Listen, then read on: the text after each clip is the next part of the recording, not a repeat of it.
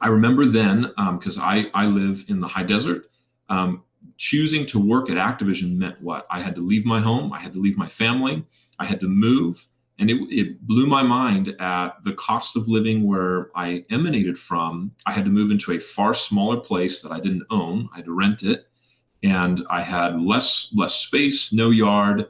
I paid twice as much as I did before, and I still had to spend 4 hours a day on the road because I only got like halfway. Because to get all the way where Activision's headquarters were in Santa Monica, it was like, man, I'm gonna have to pitch a tent in the parking lot, to figure this out. While my wife still, worked up here in the high desert where our family was. And so, literally we spent hours every day on the road.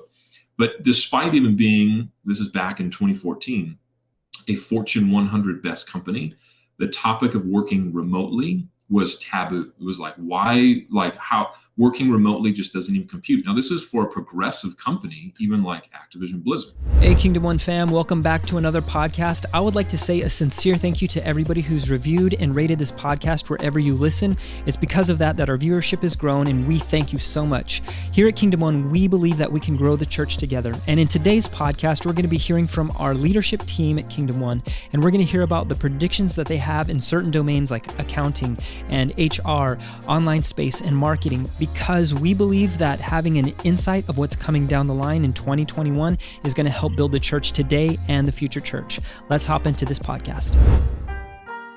Welcome to the Kingdom One podcast, where we grow the church together. This podcast is here to give you big ideas and help you get practical with the tactical. My name is Matt Curtis. I oversee online ministry and development. Also participate with talents as they're spinning up. So that's a fun thing. Favorite food, I'd probably say, I have to say pretzels because I'm in Pennsylvania. Favorite movie would probably be The Mission because, it's a thought-provoking film. My name is Stephen. I have the privilege of being the CEO of Kingdom One. I also get to practice HR. Kendra allows me to help some churches in that space as well as I work alongside doing some HR things. Favorite food, again, this is an unhealthy admission, but I love ice cream, people. And so I'm unashamed of that, I guess. And then favorite movie, it kind of changes, I guess, sort of depending upon seasons and moods. But one that's I've always appreciated is a movie called Inception.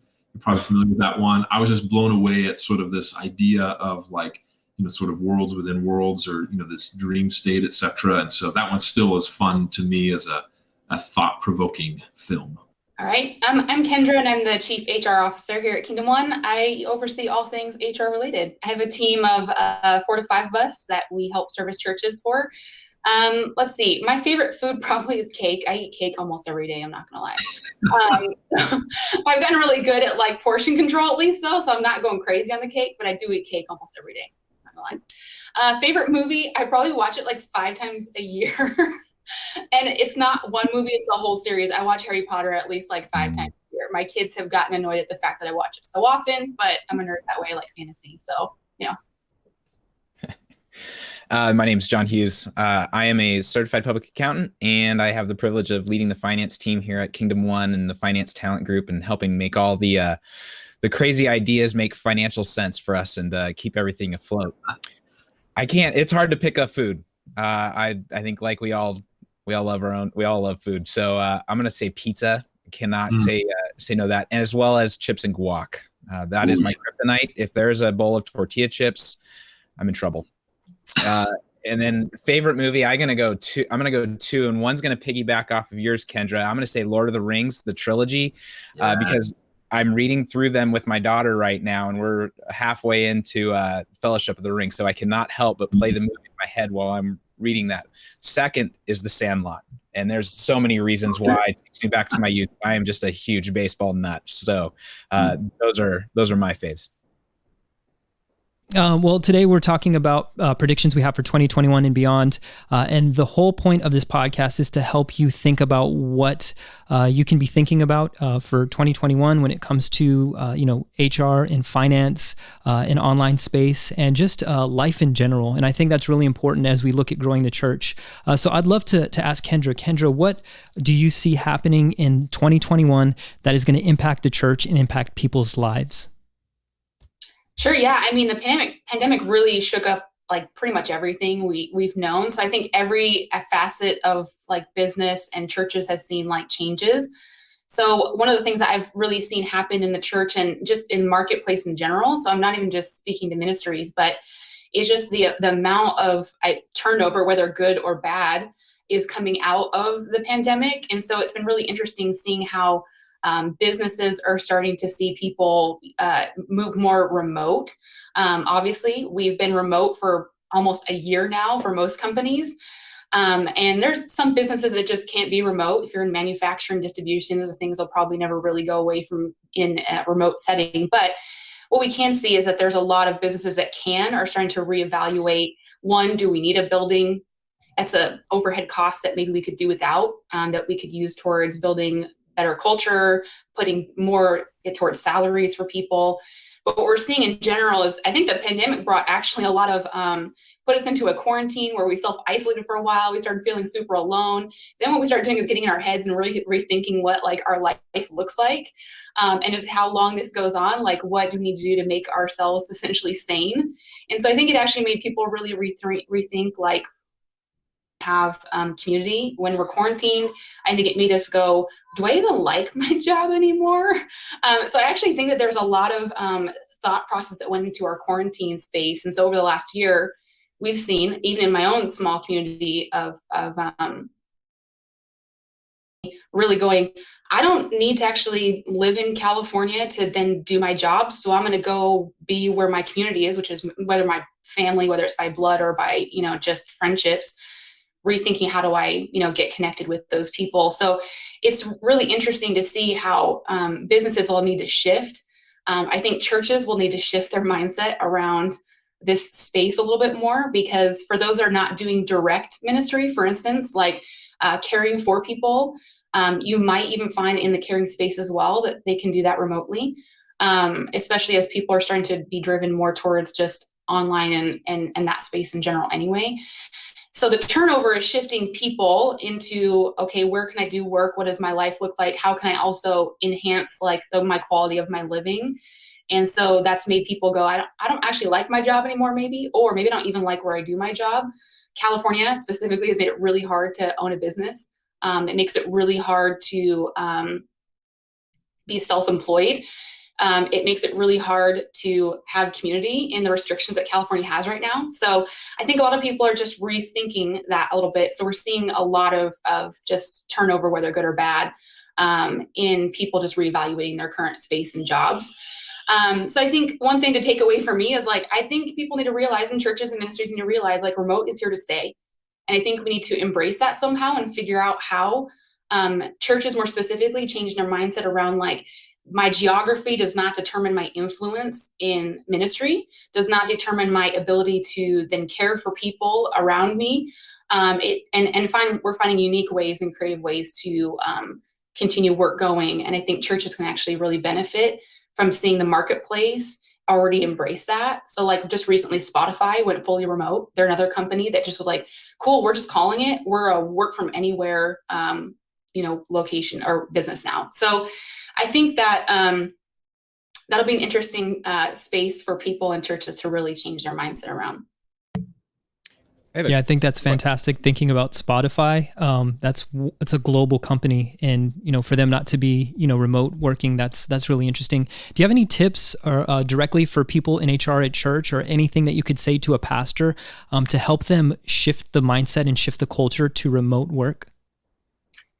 Yeah, so this is a drastic mind shift for most, I think, senior pastors to take on. To be honest, I think it's going to be like moving a cruise boat. It's literally like, let's start with some like, mental shifts around like the potential that, yes, this is where marketplace is going. And I think churches sometimes go like, well, that's marketplace. We don't need to look to them for how we do things. But I think we have to realize that in recruiting for a church, if I'm like, you have to be planted and rooted here, I think you're actually gonna have a really hard time recruiting people. So I think we need to understand that that's a challenge that is going to be really hard to get really high talented people into your ministry. If you're saying you have to live here and be here in this community, I think churches will struggle with that recruiting piece going forward. So I think we have to start with like a slow drip, like just realize you're moving a cruise boat, because it takes churches a little bit longer to like get on board with where the rest of the world is already kind of embraced, and start to like slowly drip ideas about how we can allow more flexibility in our team schedules.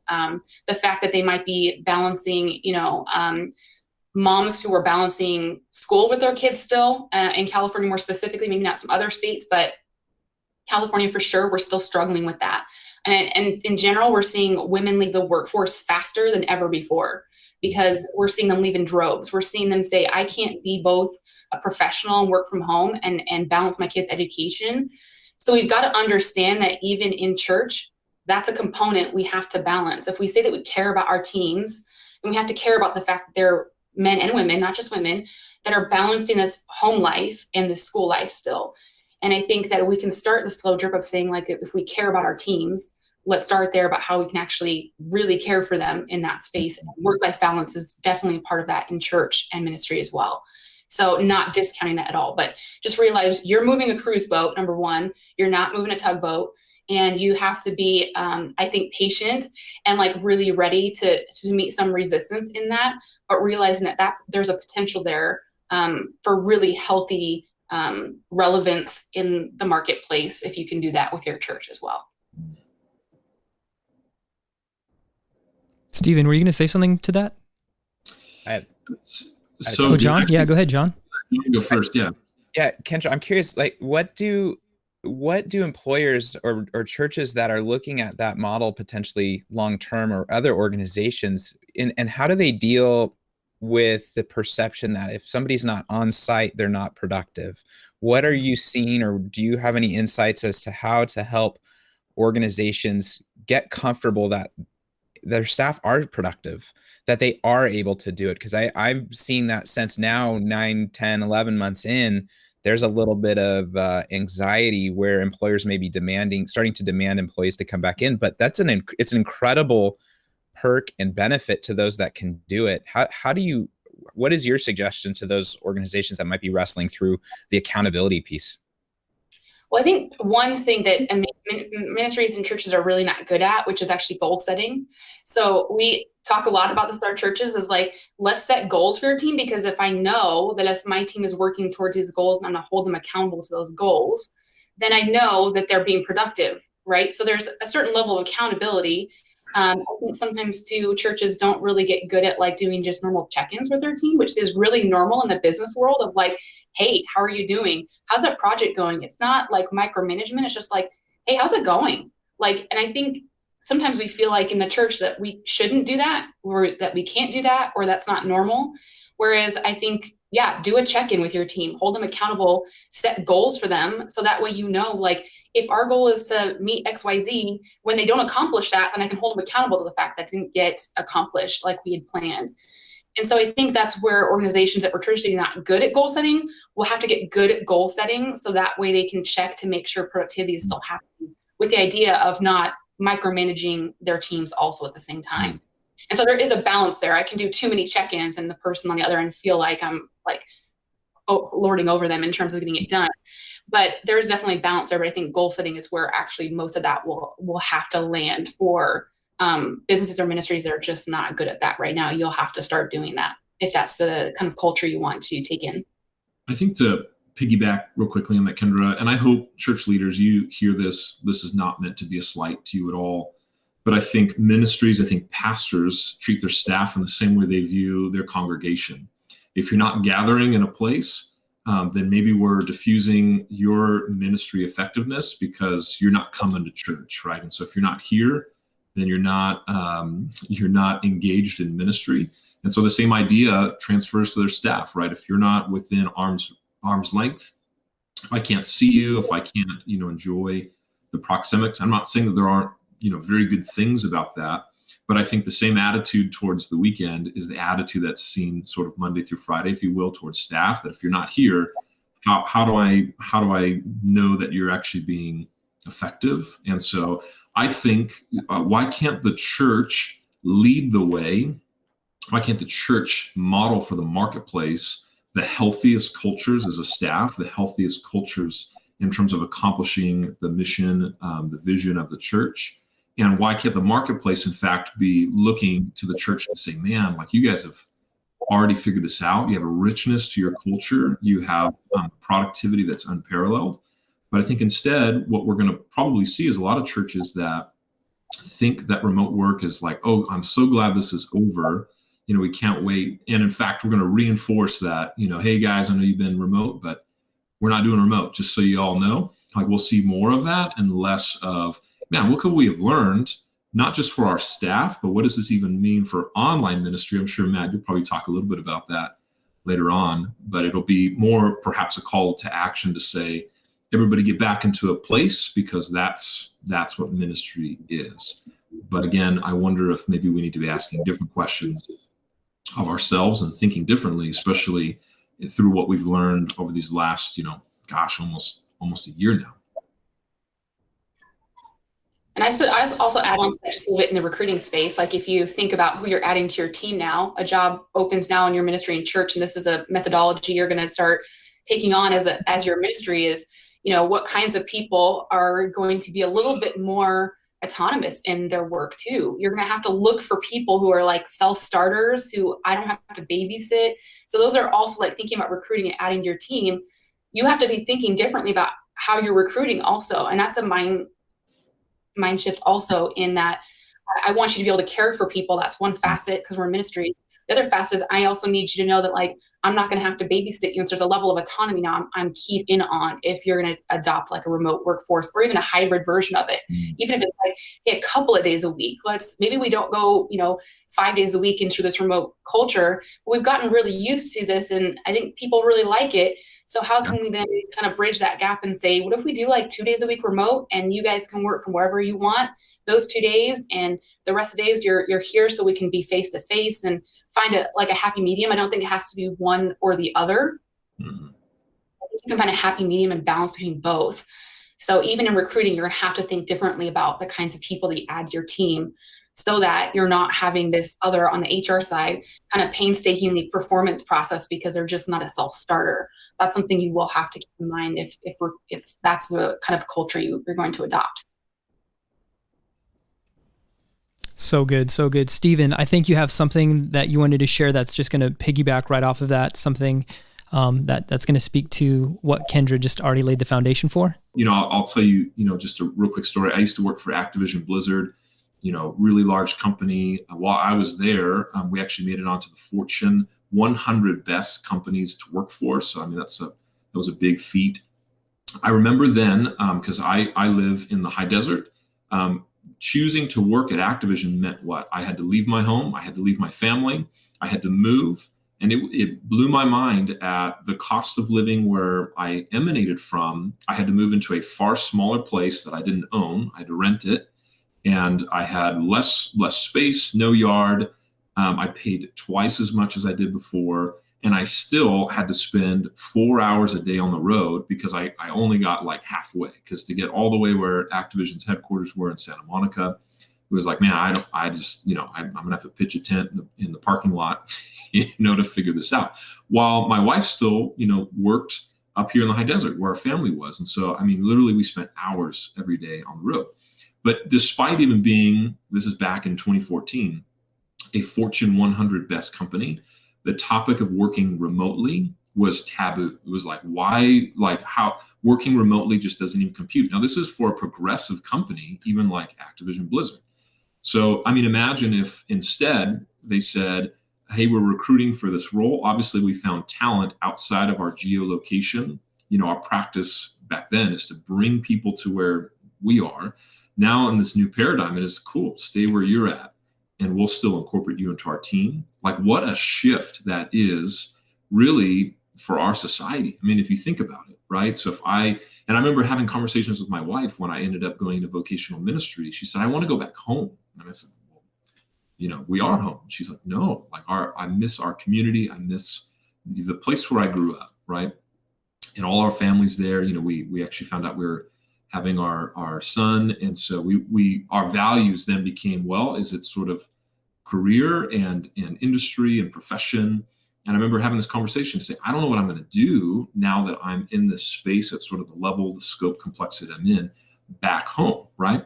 And so today it's so different. And I think what we're seeing is then really a shift of people, right? And I'll just give you a few quick stats. New York, this was late last year, reported that they had 16,000 vacancies, brand new vacancies in terms of apartments that people were no longer renting. Because why? They all were leaving New York to go where they felt safe, they could afford to live. And get this too, people that for a long time have been renting homes are doing what? They're buying homes. Why? Because they're getting out of this very expensive, sort of industrial revolution era construct where I have to go where, the company is, where the factory is, whatever.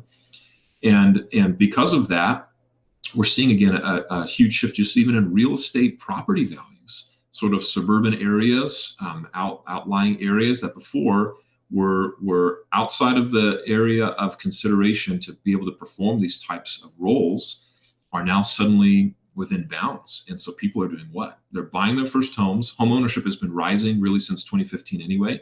I think it's going to explode really post-COVID. Because why? Companies like Spotify are saying, go live where you want. We're going to ditch our mega campus, our all of the infrastructure that we were investing money in. And really, like, we're just going to do a better job about equipping you to work from your home. And so really, I mean, again, think about this. This is only 7 years ago that a Fortune 100 best companies to work for is now, like, even their constructs we would look at and say, like, wow, that seems real rigid. And they're all choosing to instead be more progressive. A couple other companies like Reddit, they are allowing people to move literally anywhere and keeping their pay. So Silicon Valley level pay.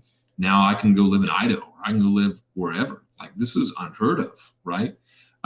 Some other companies, Stripe, they're literally offering you $20,000 to move. Like, we'll just pay. Like, that's cheaper than having a full-blown campus or building the building that we are talking about, next year. We'll just pay you to move for 20 grand. Go be where you want to be, So, I mean, even think about how future employees, current employees will approach companies now.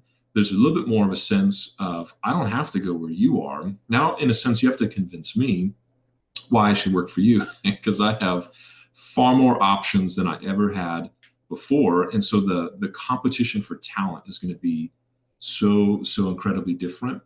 And, with that, then I think, how does that correlate to the church, right? And so I think maybe the church sort of rode the coattails a little bit of this industrial revolution, right? And so maybe what once in the past was the local church that just kind of, everybody knew each other's name. And, there's still many churches that operate that way. But I think the mega church, if you think about it, the multi-site church followed what? Kind of the metropolis, right? And so I was accustomed to being concentrated in an office during the work week. Now I'm accustomed to being concentrated in this, massive auditorium on the weekend. But again, I wonder if behaviors and choices are shifting away from being sort of drawn to a physical location to do a thing. During the work week, it was work. On the weekend, it's go to church, right? And so how does the church then approach that? Well, I think a couple things. I appreciate, we had our last podcast was with Pastor Tom, and he wrote a book called Not My Church. And in that, he talks about 3 bottlenecks for kingdom growth. One of those being buildings, right? And so I know there's this allure, right, for many churches about buildings. When's the next building campaign? We're out of space. The space isn't nice enough. It's not updated enough. And again, I have nothing against buildings really per se, but what's also interesting that Pastor Tom talks about is just the church in America and the decline that we're seeing with people doing what? Going to church. And that's why we say, hey, will you go to church with me? And I appreciate the premise of his book is it's not about going to church, it's about being the church. And so if we're seeing, these are some stats from his book, but 59% of millennials who were raised going to church have stopped. That's a startling figure. 35% have actually adopted an anti-church worldview. And so I just wonder, church leader, if we need to think through where our society is sort of going in America, coupled with already like the decline in the sense of people engaging in church in the way that we have constructed it. You come to our campus at specific times that we've chosen. And if you don't, then you're not engaged, right? Because we track attendance as our metric, if you will, of engagement. And so I don't know, I feel like what we're going to see, Nick, is the church can decide to lead in this space and find different ways to even consider how do we engage in this workforce, if you will, that has dynamically shifted. And what does that mean for us as church leaders in terms of how we best shepherd those that in many cases, in a sense, are no longer sort of geographically, physically driven, if you will, right? And think about this too, even Kingdom One, we have no office. I don't think we ever will. And that was before COVID. We were like, man, that just seems like something that would hold us back. Nick, you're in Texas, Matt, you're in Pennsylvania, Kendra, John, we're in SoCal, but the depth of relationship that we all share is not like diminished, in my opinion, by our physical distance. Yeah, it'd be great to, be able to pop down the hall and say hi and those types of things, but we find different ways to do that. We're building a culture that is not hindered by that. If anything, it's accelerated by the diversity of the people we're able to pursue. But better yet, like the churches that we engage with, they don't ask like, oh, you're not within 30 miles. Well, I don't know that I can leverage your competence, or I don't know that I can have a relationship with you. They're super comfortable with like, great, it doesn't matter. Like I'm going to talk and engage with you just as deeply as we would if you were sitting across the room from me. And so I'm even hoping that maybe at Kingdom One, we're gradually teaching the church how to even think about engaging with people to come and help them, sort of from a shared services perspective or ministry perspective. And again, that doesn't mean that the in-personness doesn't still have value. There will still always be, very much a need for the in-person side. But I do, as Ken was saying, like maybe there's some new elements that we can consider. It doesn't have to be all on one end of the spectrum or all on the other. There's some really cool benefits about the middle, right? And so how do we pursue those? How do we entertain those without just necessarily saying, I'm so glad, Lord willing here soon, COVID's done. Let's just, let's forget what all happened because it was so painful and just go right back to what we were doing before. We're going to miss the world, folks. And I like what Matt Curtis says often. We need to skate to where the puck is going to be versus where it was.